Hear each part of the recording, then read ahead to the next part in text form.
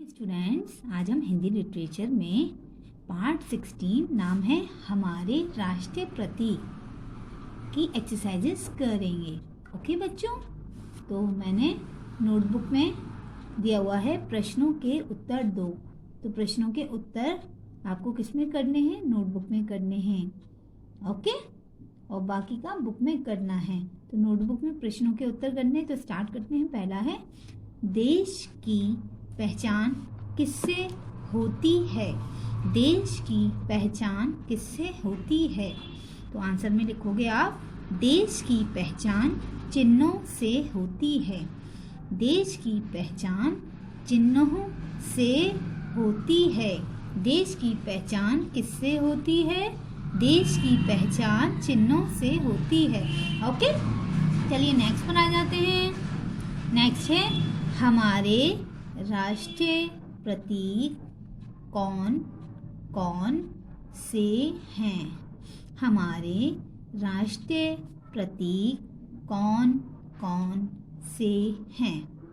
तो आंसर में लिखोगे आप, तिरंगा, अशोक की लाट, बाघ, मोर, कमल। तिरंगा, अशोक की लाट, बाघ, मोर, कमल। ओके, हमारे राष्ट्रीय प्रतीक कौन कौन से हैं? तिरंगा, अशोक की लाट, बाघ, मोर, कमल। ओके, चलिए नेक्स्ट क्वेश्चन पर आ जाते हैं। नेक्स्ट है, हमारा राष्ट्रीय चिन्ह कहाँ से लिया गया है? हमारा राष्ट्रीय चिन्ह कहाँ से लिया गया है? तो क्या होगा इसका आंसर? अशोक की लाट से। अशोक की लाट से हमारा राष्ट्रीय चिन्ह कहाँ से लिया गया है? अशोक की लाट से। ओके बच्चों, चलिए नेक्स्ट पर आ जाते हैं। मोर क्यों प्रसिद्ध है? मोर क्यों प्रसिद्ध है? तो आंसर क्या लिखोगे आप? मोर अपने सुंदर पंख और नृत्य के लिए प्रसिद्ध है। मोर अपने सुंदर पंख और नृत्य के लिए प्रसिद्ध है। मोर क्यों प्रसिद्ध है? मोर अपने सुंदर पंख और नृत्य के लिए प्रसिद्ध है। चलिए नेक्स्ट क्वेश्चन पर आ जाते हैं। हमारा राष्ट्रीय पुष्प क्या संदेश देता है? हमारा राष्ट्रीय पुष्प क्या संदेश देता है? पुष्प मीन्स होता है फूल। तो हमारा राष्ट्रीय पुष्प मतलब फूल क्या संदेश देता है हमें? हमारा राष्ट्रीय पुष्प सुंदरता, निर्मलता, कोमलता और स्वच्छता का संदेश देता है। हमारा राष्ट्रीय पुष्प सुंदरता, निर्मलता, कोमलता और स्वच्छता का संदेश देता है।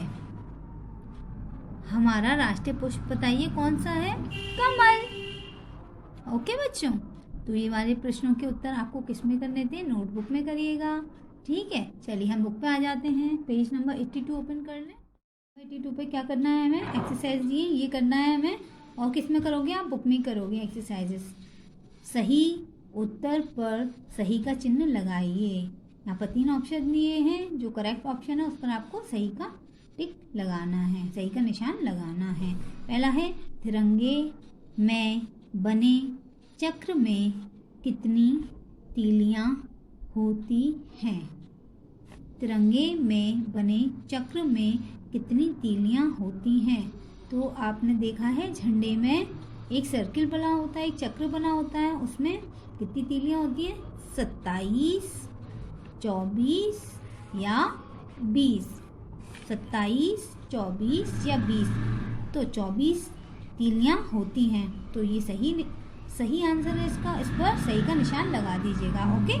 तिरंगे में बने चक्र में कितनी तीलियां होती हैं? 24। ओके। नेक्स्ट है, हमारे देश का राष्ट्रीय पशु कौन है? हमारे देश का राष्ट्रीय पशु कौन है? बाघ, हाथी या हिरण? बाघ, हाथी या हिरण? राष्ट्रीय पशु कौन होता है? बाघ। तो ये सही आंसर है। सही का निशान लगा दीजिएगा। हमारे देश का राष्ट्रीय पशु कौन है? बाघ। ओके। चलिए नेक्स्ट पेज टर्न कर लीजिए। कमल कहाँ खिलता है? कमल कहाँ खिलता है? बगीचे में, गमले में या कीचड़ में? बगीचे में, गमले में या कीचड़ में? तो कमल कहाँ खिलता है? कीचड़ में। कहाँ खिलता है आपको पता है? कीचड़ में खिलता है कमल। कमल कहाँ खिलता है? कीचड़ में। तो ये सही आंसर है। इस पर सही का निशान लगा दीजिए। ओके।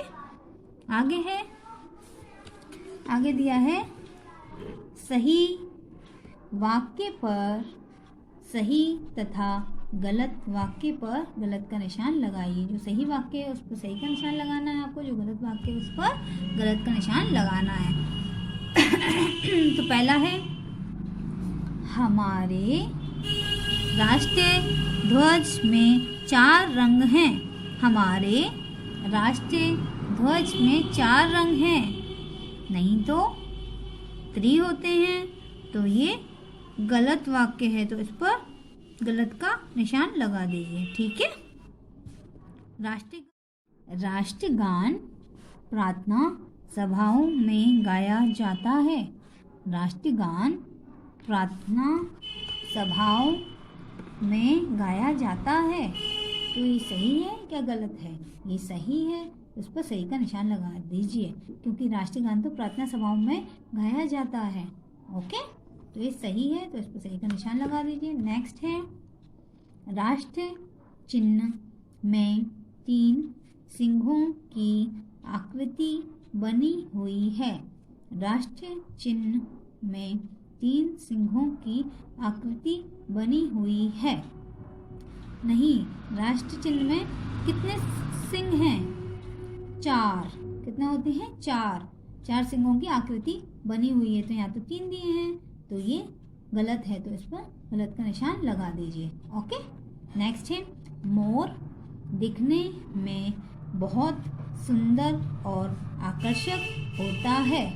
मोर दिखने में बहुत सुंदर और आकर्षक होता है। यस, ऑब्वियस है कि मोर तो दिखने में सुंदर और आकर्षक होता है, प्रिटी होता है। तो ये वाक्य हमारा सही है। इस पर सही का निशान लगा दीजिए। ठीक है। नेक्स्ट पर आ जाते हैं, हमारा राष्ट्रीय पुष्प कमल है। हमारा राष्ट्रीय पुष्प कमल है। सही है। राष्ट्रीय पुष्प क्या है? राष्ट्रीय फूल क्या है? कमल है। तो ये सही वाक्य है, तो इस पर सही का निशान लगा दीजिए। ओके बच्चों। तो ये जो बुक में एक्सरसाइज करवाई है वो आपको बुक में करनी है। प्रश्नों के उत्तर आपको नोटबुक में नोट करने हैं। ओके बच्चों, टेक केयर, बाय बाय।